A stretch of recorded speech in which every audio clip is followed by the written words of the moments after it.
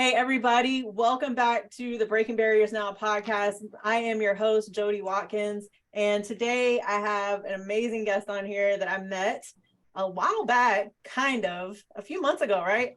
End of April at the Showtime. It's been, It's been a few months. But anyway, his name is Jacob and he's down in South Florida and he is also a bodybuilding coach, but his story is what really sparked my interest. And that's why I asked him to come on the show. Before we get into that, I want to make sure I give a shout out to our sponsors. Our first sponsor is Convene Communities, where we have real people, real purpose, and we're just looking for great people to come alongside of us and help us build this out. So Convene, thank you very much for being one of our sponsors. You will find the podcast and everything else, Jody, on there too. And then our other sponsor is First Approved Financial, Denise Armstrong.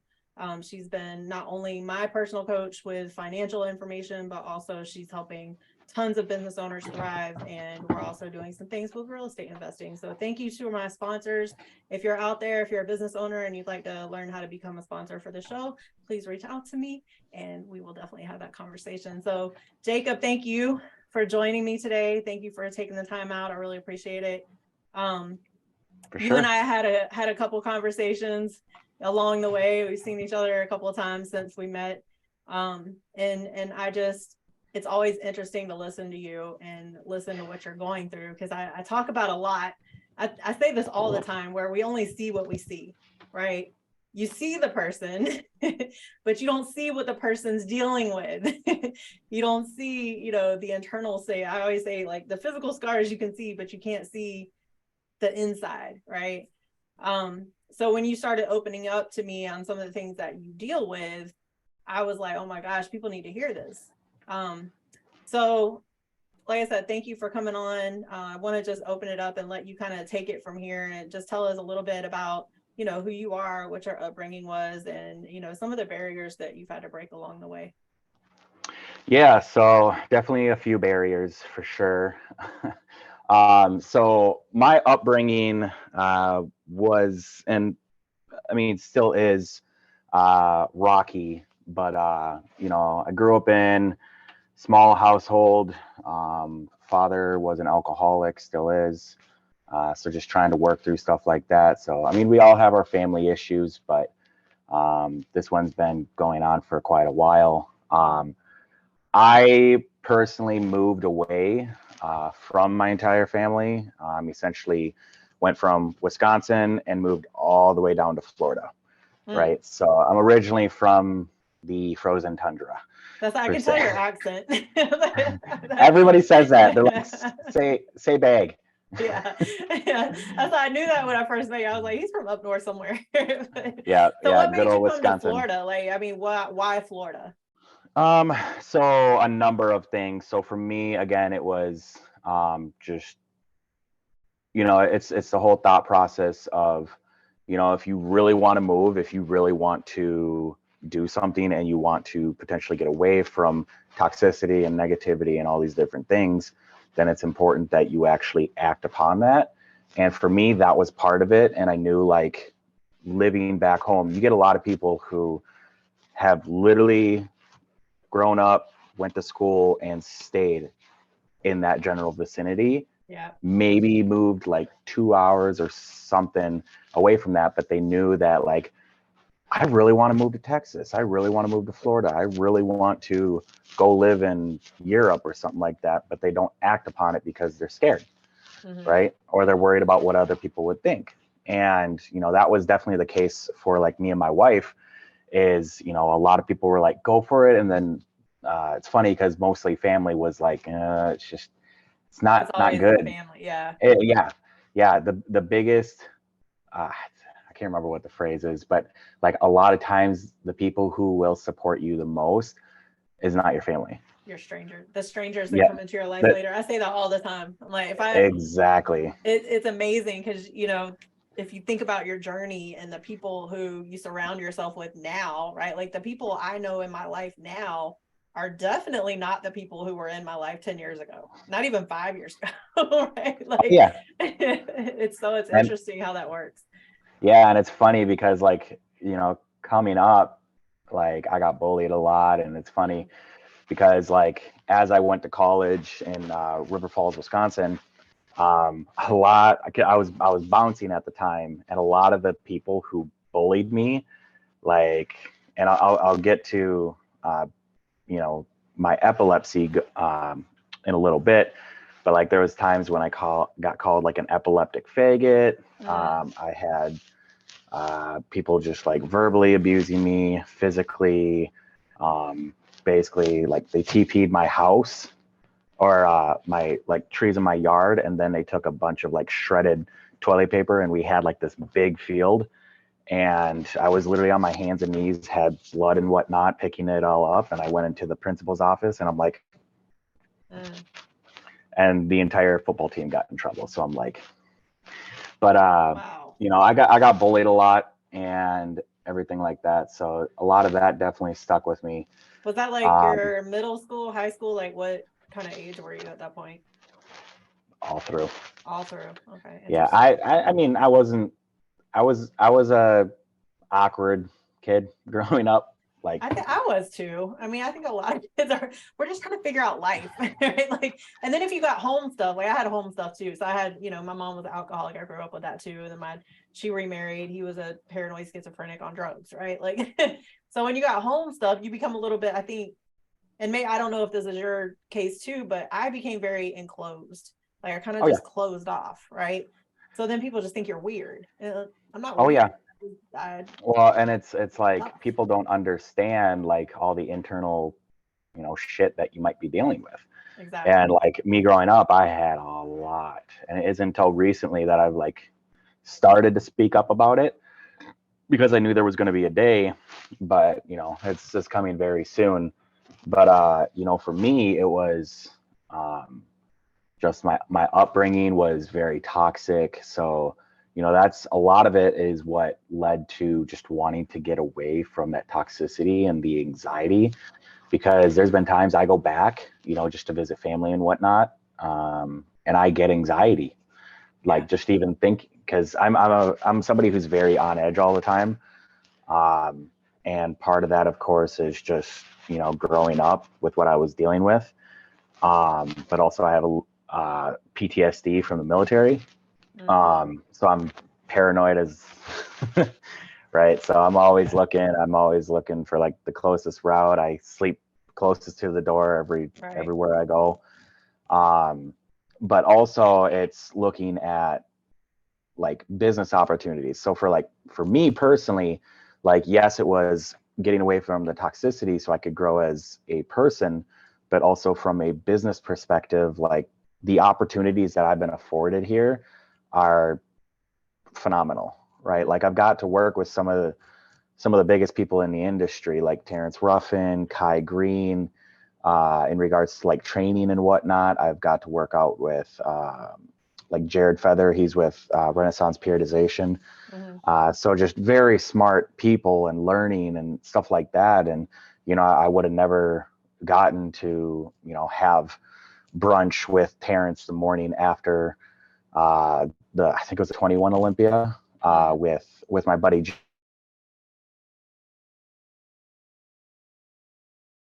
that I working with, of course, but you know, like the opportunity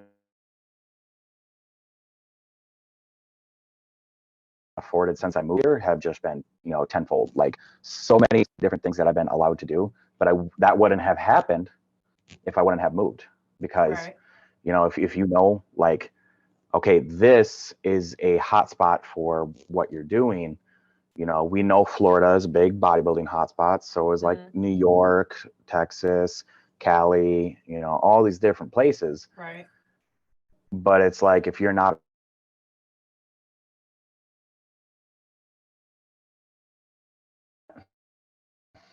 what's it, you know, at the end of the day, it's like, it's not about what you know that plays a part, but it's about who you know. You know, and because I moved down here, I'm able to know a lot more people. Exactly. Right. Yeah. So that plus, I was going to let you know your internet connection, I think, is a little unstable. So we're kind of cutting in and out, but hopefully people are able to get the gist of, that's all right. It happens. That's a wonderful thing about technology. Sometimes it's great and sometimes it's not. But Yeah. just to kind of recap, so I wanted to just let people, any of the listeners know out there, like Jacob is in bodybuilding. And some of the names that he listed out, those are some of the big players in bodybuilding. So I know a lot of our listeners aren't versed in that area. So I just wanted to make sure to point that out real quick. But I wanted to kind of harp, because you and I both have been in the military. So did you go into the military before you moved to Florida or after? Yeah. Before. Okay. Yeah, I closed a few tabs, so Okay. that's probably No worries. I don't have the best internet, but That's all it's right. good. It's good. That's why I have an office, because my internet at home is not stable at all. Yeah, I work from home, so Yeah, no worries. but yeah, so of course when I started in the military, I had actually joined on my 17th birthday. So this was in 2014. Okay. Of course, from junior to senior year, went to basic training, did my senior year, and then after I graduated, I went to advanced individual training, or AIT. Right. For me, I was infantry. So bang bang. Because you were Army, right? Yeah, I was Army National Guard. So, Okay. What most would call a weekend warrior. Yeah. What made you make that decision? Because you said you got bullied in high school and stuff like that. Was it kind of just was it to get away, or was there multiple things into that? I mean, one of the biggest things, and this has come from multiple other avenues, but I've always felt like I was meant for something, like helping people out and whatnot. I think the biggest thing, of course, the college benefits are nice. Right. I'm completely debt free from that. There was actually moments where I actually got paid to go to college. Yeah. Which I'm not complaining with. Right. But just a history of family and whatnot who served in the military. My dad served in the military. Okay. One of my mom's relatives, I think her great grandpa, served in World War II, the Korean War, and the Vietnam War as a medic. Okay. Died in the early 90s, but it's I have this vast history of family members in the military. So I was like, okay, well, let me try this out. How long did that last? So I actually got medically discharged because of my epilepsy. Okay, I was gonna ask about that. Oh, that's a whole. Because you knew about that going in, right? Because we haven't really gone into that yet. So let's backtrack a little bit. So what did that look like? Just for anybody out there that's kind of maybe in the same or similar situation as you, just whatever you'd like to share there. In regards to getting, as far as did you know that you had it before you went in? So yeah, and this is where it gets very, I don't want to say touchy, but it's what went wrong. It's all the little things fell into place, and I'm just crap. But basically, when I was 7 years old, I hit my the back of my head on a door hinge, right? Had a 1.5 inch gash, and I was later diagnosed with absence seizures, or basically it's essentially daydreaming on steroids. Right. I would have anywhere from 10 to 100 a day, lasting anywhere from 10 to 15 seconds. It's literally somebody press pause, you look off here, and then they press play, and you literally it's like a lapse in time. I've seen that before. Yeah. And I mean, I remember one time my brother had slapped me like this, didn't feel a thing, and then I press play, and I'm like, oh my god. Oh wow. And that's when my mom was like, yeah, we're bringing you in. So I missed a lot of information and whatnot in school growing up. And I was in and out of doctor's office, neurology, stuff like that, getting blood taken. So getting blood taken for me, giving blood is nothing now, because literally growing up, it's yep. So so I was diagnosed with that, and then I think it was in 2011 or 2010, I was completely they're like, okay, you don't have it anymore. However, there's the potential that you could have epilepsy in the future. or grand mal seizures, which is what I suffer with now.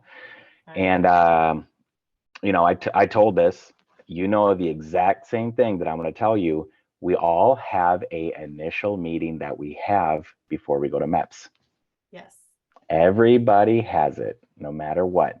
Yes. Because that's where it's like, okay, well, I have this. Okay, we got to get a waiver for you. Well, my recruiter at the time, who like once everything came to fruition, was a first sergeant, so didn't even get a, whatever, said that meeting didn't happen. And I'm like, it did. My mom was in the room and signed off on it. So, but basically he's like, oh, just don't say anything when you get to MEPS.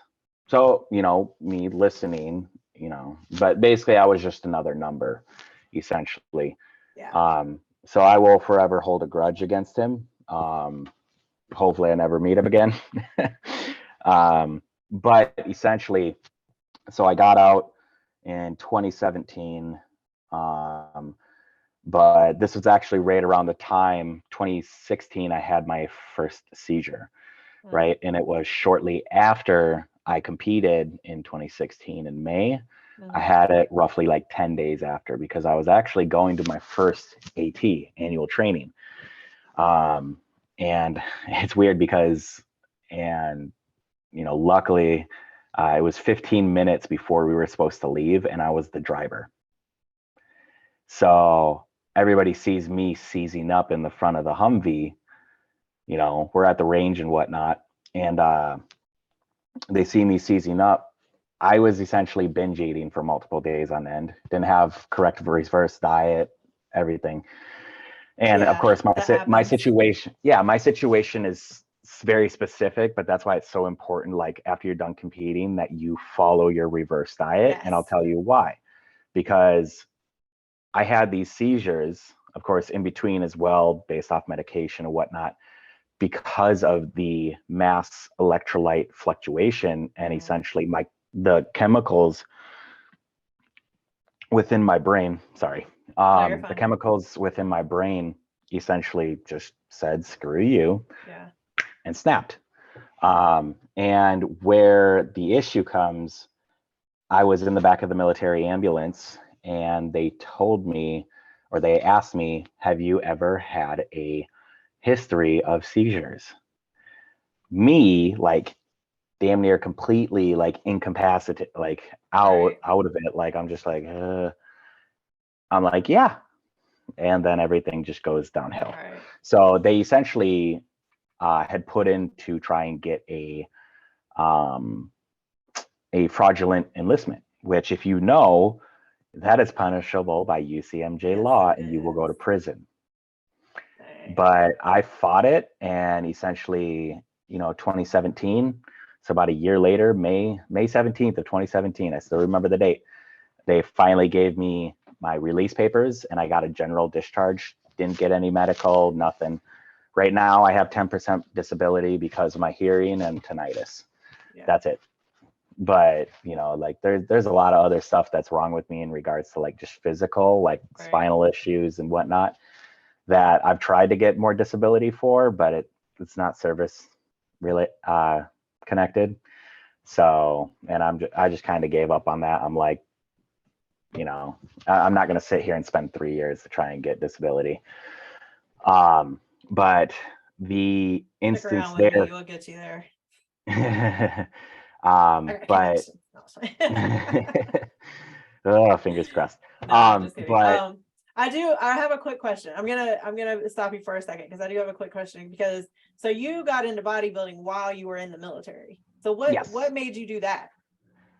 Well, a lot of it stems from like when I first started like working out. Because originally, I think it was like 7th or 8th grade, one of my best friends, she had called me fat.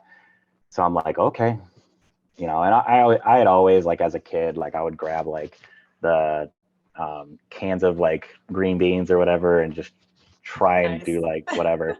I actually have a childhood picture of me hitting a front double bicep in my childhood home. I'm like, it all started here. It's funny how people unintentionally motivate you to do some I great know. things eventually. Like, Yeah, I mean, and you it just was want to very thank them later. hurtful. Like, hey, for that person that tried to hurt me, thank you. Yeah, I mean, we've had a falling out since then. And we've only reconnected just recently and talked like once. But her calling me fat, essentially, I was like, okay, well, I was in track and whatnot for a few years, just kind of whatever. And then I'm like, got out of it, and then I joined wrestling, and that Okay. kind of I did that all the way through high school, through my senior year, and but I would always watch like motivational videos, and I would watch like Kai Green and A Day in Nice. the Life Okay. and all these things, and it's like the second like he walked into the hotel room, I'm like, Oh my God. Yeah. then I got to work with him. But That's like I was awesome. always motivated by bodybuilders and whatnot, Okay. and of course Interesting. Arnold, like Phil, all these Yeah. people that I saw Okay. growing up. And so I'm like, okay, my senior year, well, my first coach, Brian, I actually I had graduated with his sister. So she Mm. got me in contact with him. And then basically from there, 2016, 2018, we worked together. I had moved, decided to go a different route, got with my previous coach. Now I actually just got with a recent one. But of course, just falling outs, it Yeah. happens. It does. Um, It does. And poor and business. there's so many different facets in it. And I'm doing the NASA, the bodybuilding and physique coach certification right now too. And it's interesting because I've been in bodybuilding now since 2015, and there was still a lot of stuff that I didn't even know, Oh yeah. and so there's so many different little things. And I am grateful that I do have a medical background, because what you were saying with the brain imbalance, like the chemical imbalance, that's huge. That is Oh yeah. huge. And I want people to hear what happened with you, because not everybody understands just how important that reverse diet is. And honestly, I didn't either. When I did my first show, I had no guidance after the fact. I had a nutrition background, but I'd never done bodybuilding. Right. So I just went back to eating what I Like thought I normal. was supposed to be eating. And I gained 20 pounds, and I was like, what is going on?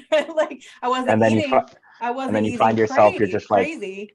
Well, I wasn't overeating. I was still tracking my foods and stuff like that, but I didn't do it properly. So I went from like, and then that's a whole nother story in itself. But he took me to a level I shouldn't have gone. And I was going through lab tech school at that time, so I was taking my blood to make sure my levels were okay.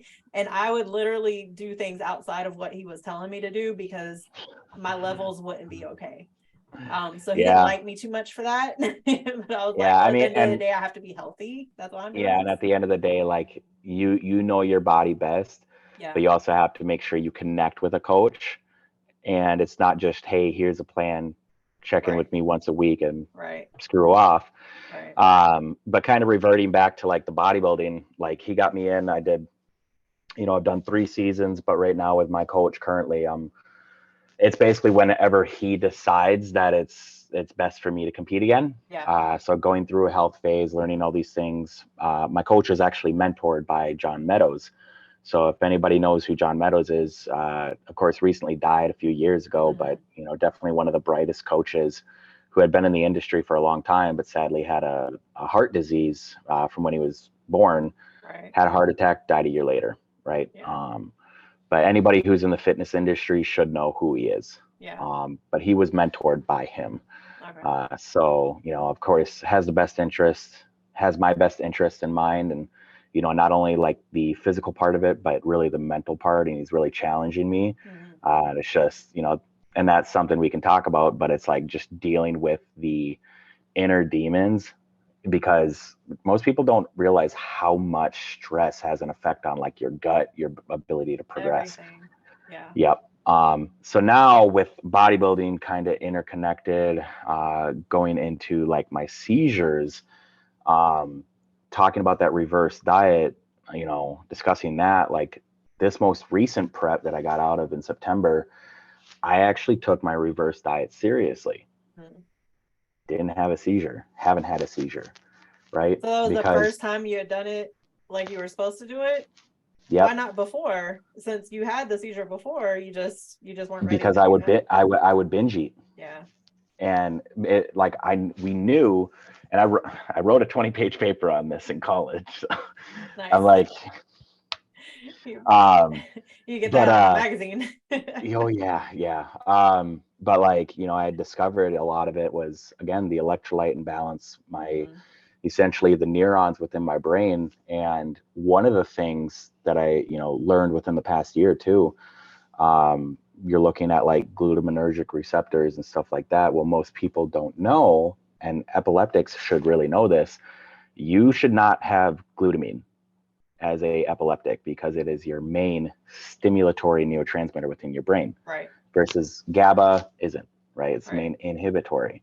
But like, that's why MSGs, like, granted, yes, Chinese food tastes amazing. Leave it alone. Yeah. Essentially, when you look at stuff with MSGs, right, what's the last word? Glutamate. Right. So anything that has any sort of glutamine, glutamic acid, anything like that, like as an epileptic, you want to stay away from. And of course, it's knowing like your limits with photosensitivity, stress, caffeine, stuff like that. Luckily, I don't have any issue with caffeine. Doesn't mean that I need to cut it. But yeah, I mean, essentially the big thing is that like learning that type of stuff and understanding my body and learning that like when you don't piss your body off, 9 times out of 10 it'll work with you. And yeah. that we could mic drop on that one, because that's what people don't understand. It's like our bodies are machines, but if we don't fuel them properly, if we're not giving them what they need, if we're not giving them the right vitamins and minerals and all the other stuff that people aren't paying attention to, that's why we're falling apart. That's why people are ended up in the hospitals. That's why, you know, and that's the part that people don't see. It's like, hey, if we got to realize our bodies are machines, but they have to be fine-tuned. Oh yeah. Well, not only the maintenance of it, but it's like you take somebody who is, I mean, you take a machine that's overworked, but it's not well lubricated, right? So if you don't take care, if it's being pushed to its limits, but you're taking care of it, it'll work with you. Exactly. But if you don't, that machine's going to break. Exactly. Right. And that's what was happening with me. And, you know, essentially my weight would shoot up, massive electrolyte imbalance, and just my body was like bloated all the time. So, you know, my weight shot up, my body wasn't like my levels. And of course, with my first seizure, like it's a little different, but still my body was large fluctuations. But of course, having the seizures as a kid, kind of, that was a catalyst, and it just flipped. Right. But like if I weren't taking my medication, and I've gone through 3 different types, one caused massive brain fog, one made me super tired, and the one that I'm on now, it's been working, so I'm not going to mess with it. Okay.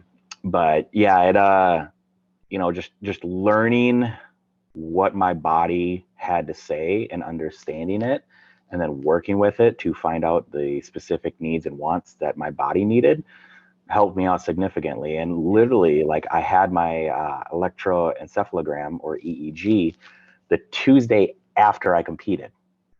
So I competed on Saturday and had it on Tuesday. Well, now listening to what I've had to say, your body's super sensitive the few days afterwards. Right. So because I was doing everything, and essentially with the EEG, they put a bunch of electrodes and monitor your brain activity while doing a bunch of like beats for photosensitivity. And then they speed up to where it's just like, it's going this fast. Right. And I didn't have a seizure, and I was like, sweet. Right. But yeah, essentially from there, you know, just learning to deal with it, and, you know, understanding, like, for me, a lot of people are like, oh my God, I'm so sorry.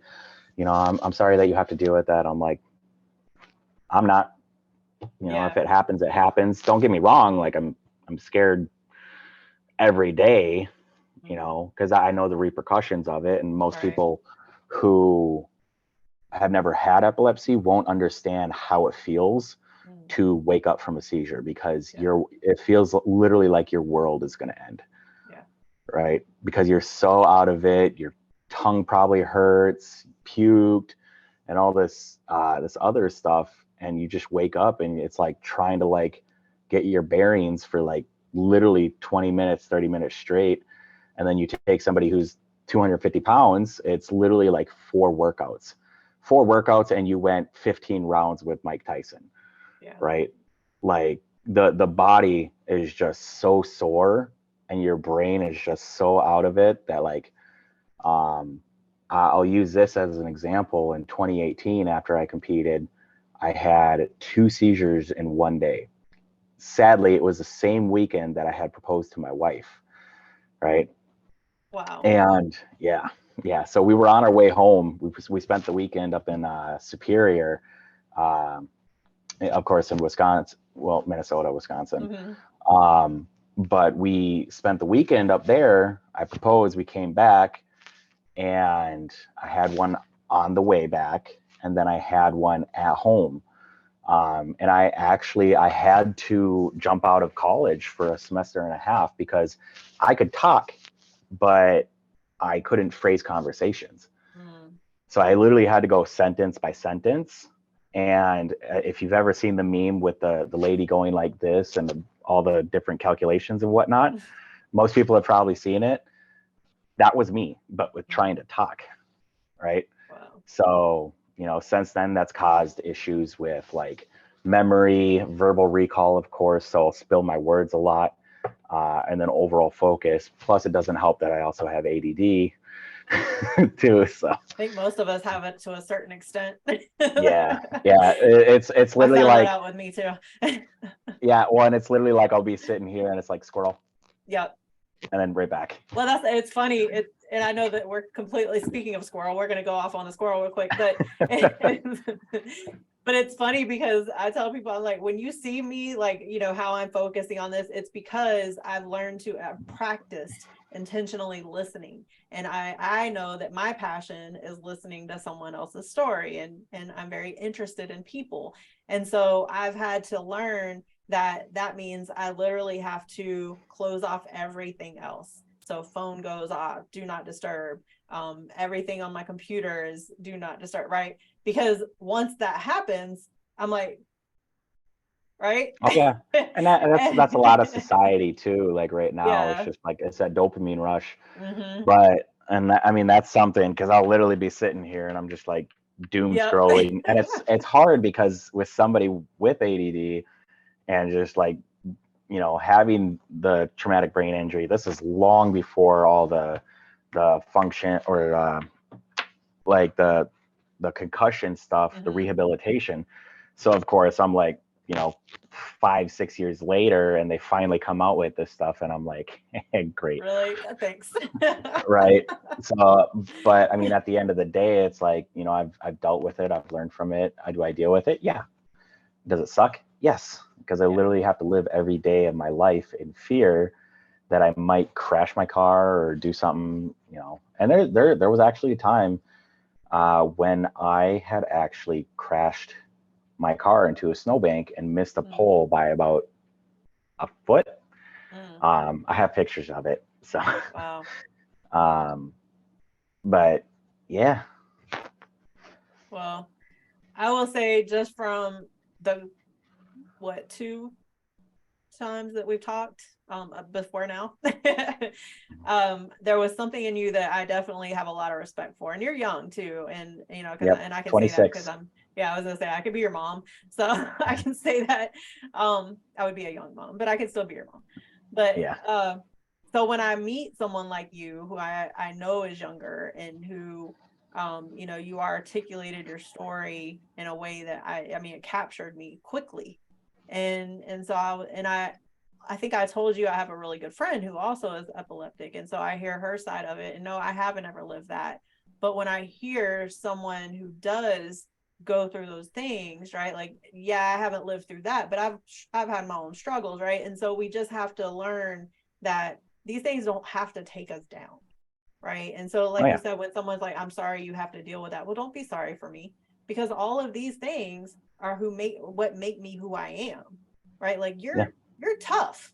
I see you all the time. You're rooting for people. You're their main supporter, and then you're on your own journey.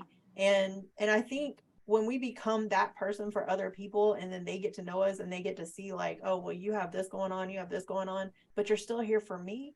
Thank you. Yeah. Yeah. And what's crazy is kind of a lead off on that. And like one thing that I'm battling with is like, as you said, we're kind of there to, help others and lead others, but it's like in my brain, and, I've talked about this with a lot of people recently, and like, I'm just coming to terms with a lot of stuff, but it's like with me, and this kind of gets into the, like the mental aspect of it. And, a lot of people don't understand the effects of like childhood trauma and all this stuff. And, like for me, I love helping people. Like today, I was supposed to work out, but like, uh, somebody had talked to me and we ended up talking for like 30 minutes, and I motivated them to go for their certification because they wanted to start helping people, and they have the personality for it and the need and want to listen to people and help them. They had an autoimmune or they have an autoimmune disease, and they want to be able to help people who are in a similar position. But it's like we give all this effort, but then it's kind of like we feel left and abandoned.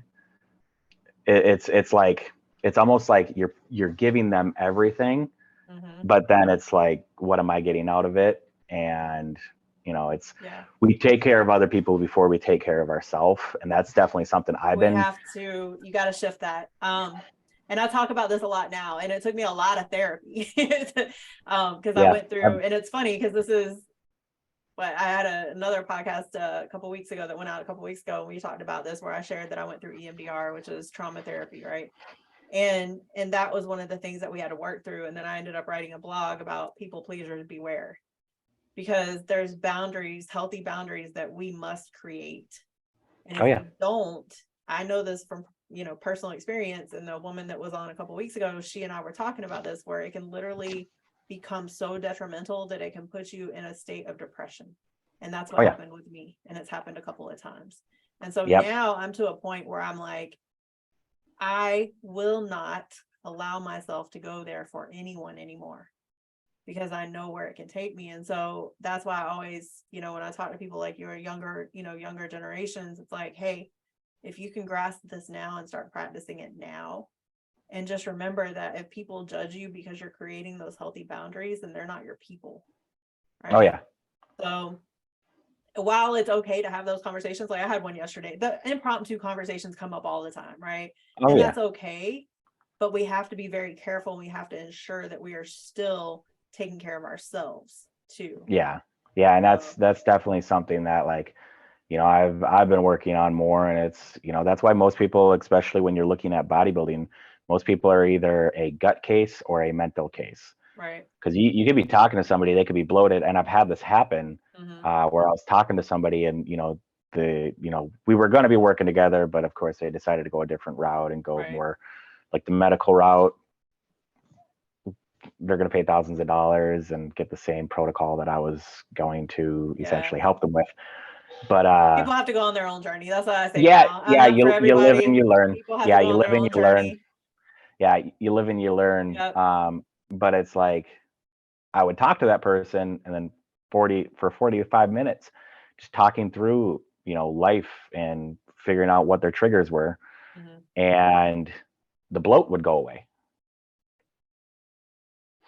Interesting. Right. So it's, and that's what people don't understand is like and this, but the gut is literally the second brain. It has the second most amount of neurons within the body, right? Aside from the brain. So if your gut's not healthy, a lot of times your mind ain't healthy, which is going to cause issues with your gut. And it's just a feedback loop from hell. It is. Right.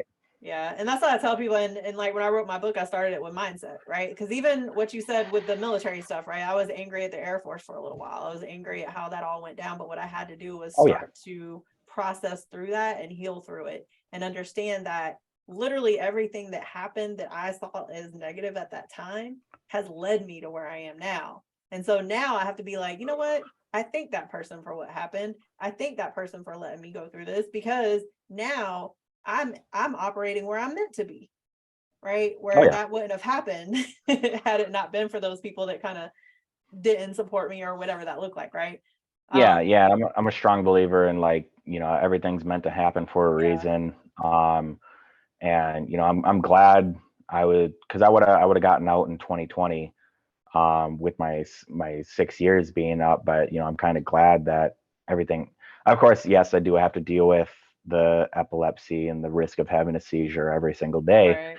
but I wouldn't be where I'm at if I would have still been in the military. I was going to college and I wanted to be an officer and do all these different things, Right, but it's like, where would I be had I stuck through that? right. And I realized, you know, that was something that I wanted to do, and I'm grateful for it. I learned a lot of stuff, but at the end of the day, it's either you're going to like it or you're not. Some people, Yeah. they love it and they're, career long. But like for me, I was like, the second I got to my unit, hated it, Mm, hated everybody, had a few friends, but just, I hated it. mm, I didn't like it. And of yeah. course, who likes getting yelled at? But hey, at least I could say I've got to shoot a 50 caliber, throw 2 live There hand you grenades, go. and shot a bunch of different guns.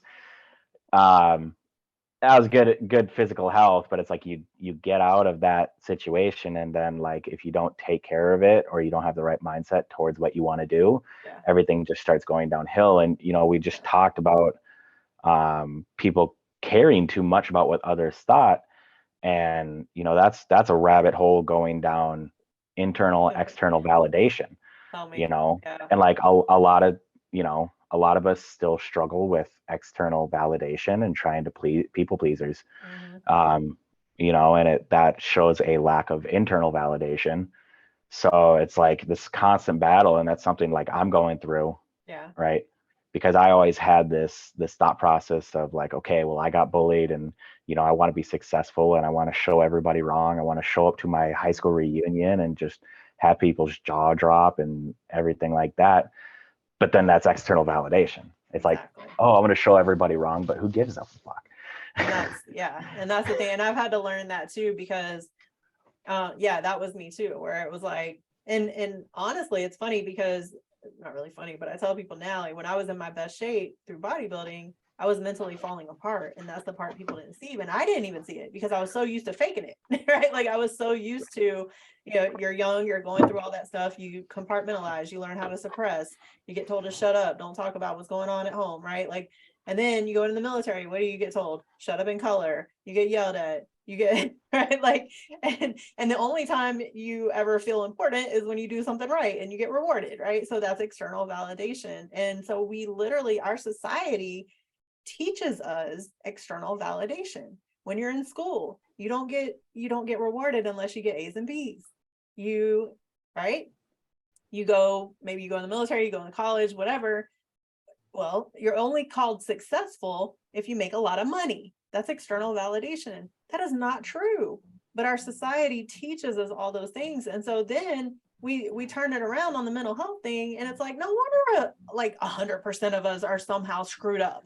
Right? Like, I mean, I would say everybody has some sort of residual trauma, but some definitely. just have it worse than others, And right? that's the thing. And And I some, will say, I think a lot of like, because I didn't start facing mine until I was into my 40s, right? So I think a lot of times some of us we learn how to suppress so well that we just keep doing it oh yeah, until everything starts crashing down. So I always say, when it's someone that's younger that's kind of going through that journey at that age, like, thank God, because I don't want you to have to wait until you get older.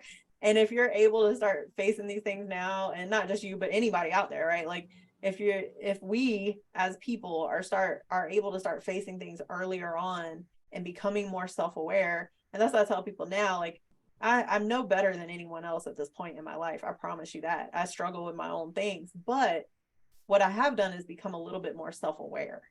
That's the yeah, only shift. So yeah. now when I start You've spiraling, I can say, all right, I can do that self-talk. Like, Yeah, all right, yeah, Jody. because and it's the ability to, and my coach legit told me, he's like, you lack self-worth.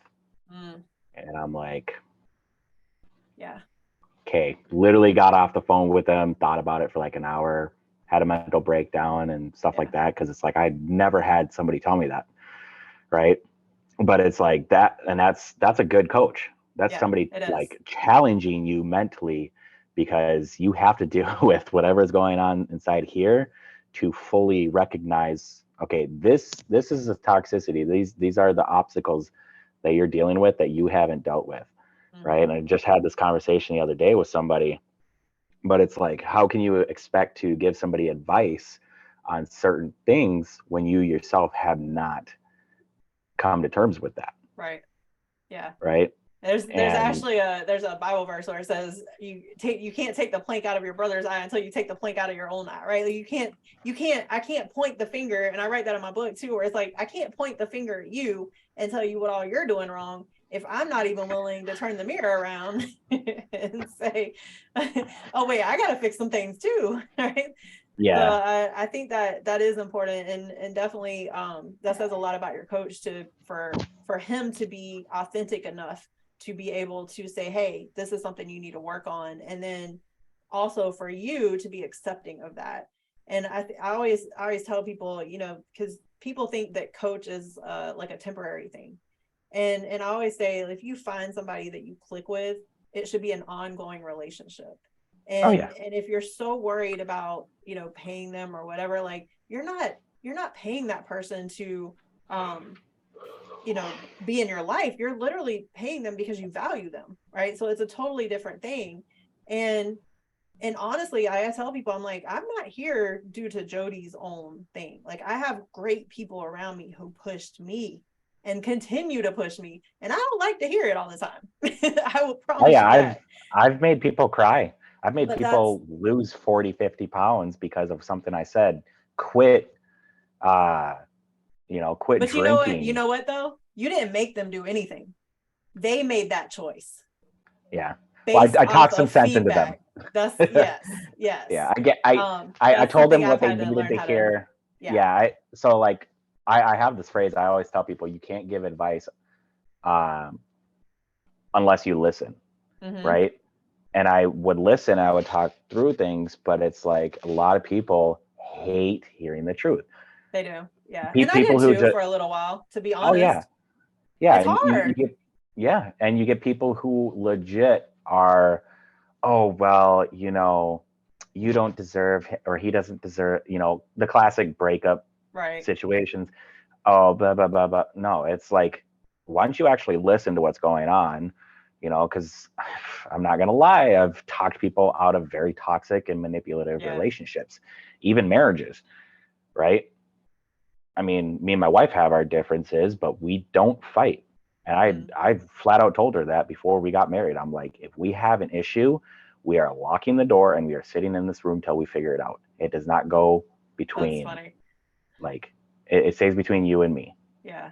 Right. Cool. Now, is there some instances where, you got to talk with your girls or, whatever, yeah, that's understandable. But if it's something serious, and like, we have our differences, a lot of it's political, but that's besides the fact.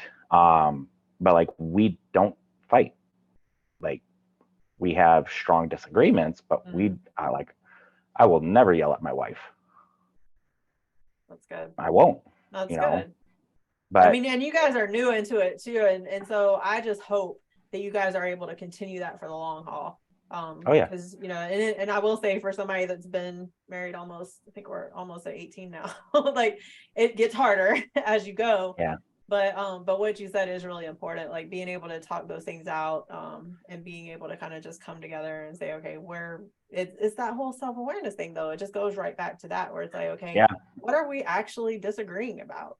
Yep. And the one thing I always challenge people with, especially in like relationship situations, but it's really any situation that you're just dealing with, and you're trying to figure out, well, is it really worth it, and yada yada yada. But the biggest one is, especially with relationships, it's looking at, can you see yourself in the same situation for the next 5 years? Yeah. No. There's your answer. Yes. You can keep trying to work on it. That's fine. And sometimes I've had situations where people are like, we worked it out, everything. I'm like, awesome. But that doesn't always happen. It's like, if you know that stuff is messed up and you don't deserve that, you don't act on it out of fear. Right. Right.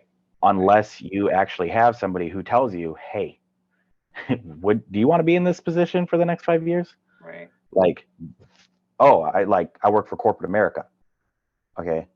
I hate it though. I'm like, okay, could you see yourself working here for the next 5 years and you're miserable? Yeah.